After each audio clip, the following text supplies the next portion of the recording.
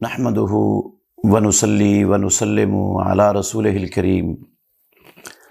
سوال ہے شب معراج کی کیا حقیقت ہے اور کیا شب معراج کے بعد والا روزہ رکھنا ضروری ہے؟ محترم بھائیو، اس بات میں تو کوئی شک نہیں ہے کہ اللہ مالک الملک نے اپنی قدرت کاملہ سے اپنے آخری نبی خاتم النبیین محمد الرسول اللہ صلی اللہ علیہ وسلم کو معراج کروایا ہے۔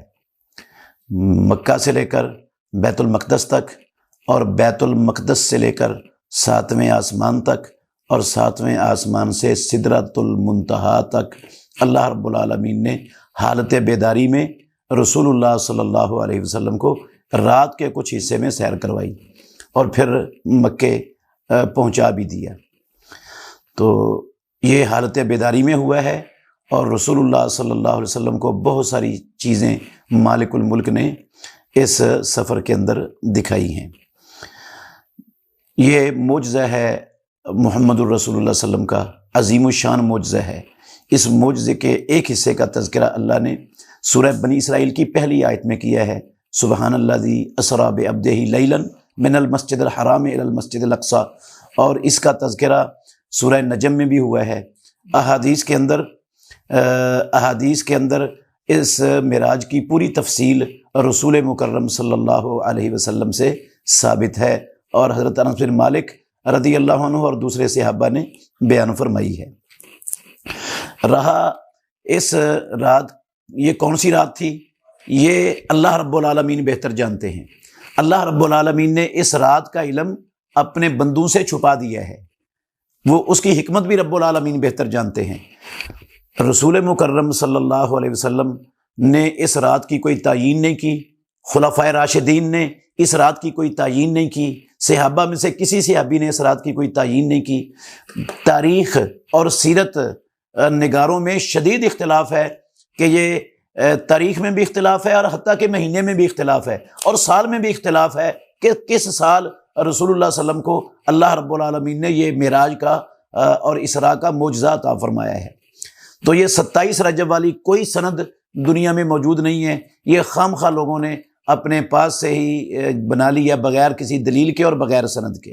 معراج ہوا ہے، اس کا انکار نہیں ہے، بہت بڑی عظمت اللہ نے دی ہے محمد الرسول اللہ صلی اللہ علیہ وسلم کو، اس کا انکار نہیں ہے، لیکن وہ 27 تھی، 27 رجب کی رات تھی، اس کی دلیل کوئی نہیں ہے، نہ قرآن میں، نہ پیارے پیغمبر کی سنت اور حدیث میں، اور نہ صحابہ رضوان اللہ علیہم اجمعین کی زبان سے اس کا کہیں تصور اور نام و نشان بھی موجود ہے۔ باقی معراج ہوا ہے رسول اللہ صلی اللہ علیہ وسلم کو، اللہ کے نبی نے اس معراج کے بعد کبھی بھی معراج کی رات کو جاگ کر عبادت نہیں کی۔ ابو بکر صدیق رضی اللہ عنہ نے نہیں کی، فاروق اعظم نے نہیں کی، علی المرتضیٰ نے نہیں کی، عثمان غنی نے نہیں کی، طلحہ و زبیر نے نہیں کی، سعد و سعید نے نہیں کی، حسن و حسین رضی اللہ عنہما نے نہیں کی، کسی ایک صحابی نے بھی کوئی سپیشل عبادت نہیں کی معراج کی رات کے نام سے۔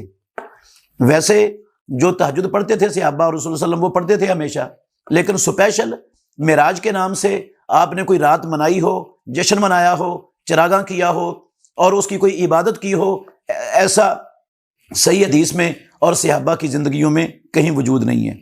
اور نہ ہی سپیشل شب معراج کے نام سے اگلے دن کا روزہ رکھنا رسول اللہ صلی اللہ علیہ وسلم سے ثابت ہے اور نہ ہی صحابہ سے ثابت ہے۔ کہیں بھی اس کا صحیح سند تو کجا کسی ضعیف سند کے اندر بھی، ضعیف حدیث کے اندر بھی اس کا وجود نہیں ہے۔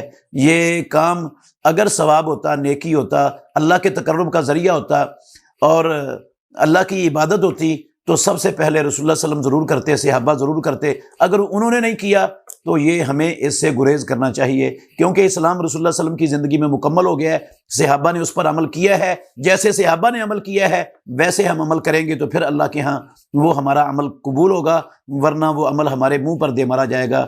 بے شک وہ عمل اچھا ہے، عبادت کا عمل ہے، لیکن جو رسول اللہ صلی اللہ علیہ وسلم نے نہیں کیا، صحابہ نے نہیں کیا، جس کی رسول اللہ صلی اللہ علیہ وسلم نے اجازت نہیں دی، جس کی دلیل نہیں ہے، وہ ہم نہیں کر سکتے۔ میں ایک مثال دیتا ہوں، ہم نماز ظہر کی 4 اور عصر کی 4 اور عشاء کی 4 رکعتیں پڑھتے ہیں فرض، اگر ہم 6 پڑھ لیں تو کیا نماز ہو جائے گی ہماری؟ حالانکہ 6 رکعتیں پڑھنا غلط نہیں ہے۔ اسی طرح اذان جنازے میں اور عید الفطر عید الاضحیٰ میں رسول اللہ صلی اللہ علیہ وسلم سے ثابت نہیں ہے۔ اذان اچھا کام ہے، کہ اگر ہم ان موقعوں پر اذان دیں گے تو ثواب ملے گا؟ ثواب نہیں ملے گا، اس کا گناہ ملتا ہے، کیونکہ دین مکمل ہو گیا ہے۔ یہ طریقہ نہیں ہے رسول اللہ صلی اللہ علیہ وسلم کا، نہ صحابہ کا۔ تو جو کام نبی مکرم نے نہیں کیا، صحابہ نے نہیں کیا، ہمیں اس کو نیکی، ثواب، دین، اللہ کے تقرب کا ذریعہ سمجھ کر نہیں کرنا چاہیے۔ اسی کو بدعت کہا جاتا ہے، اور اس سے بندے کے اعمال کے ضائع ہونے کا خطرہ ہے۔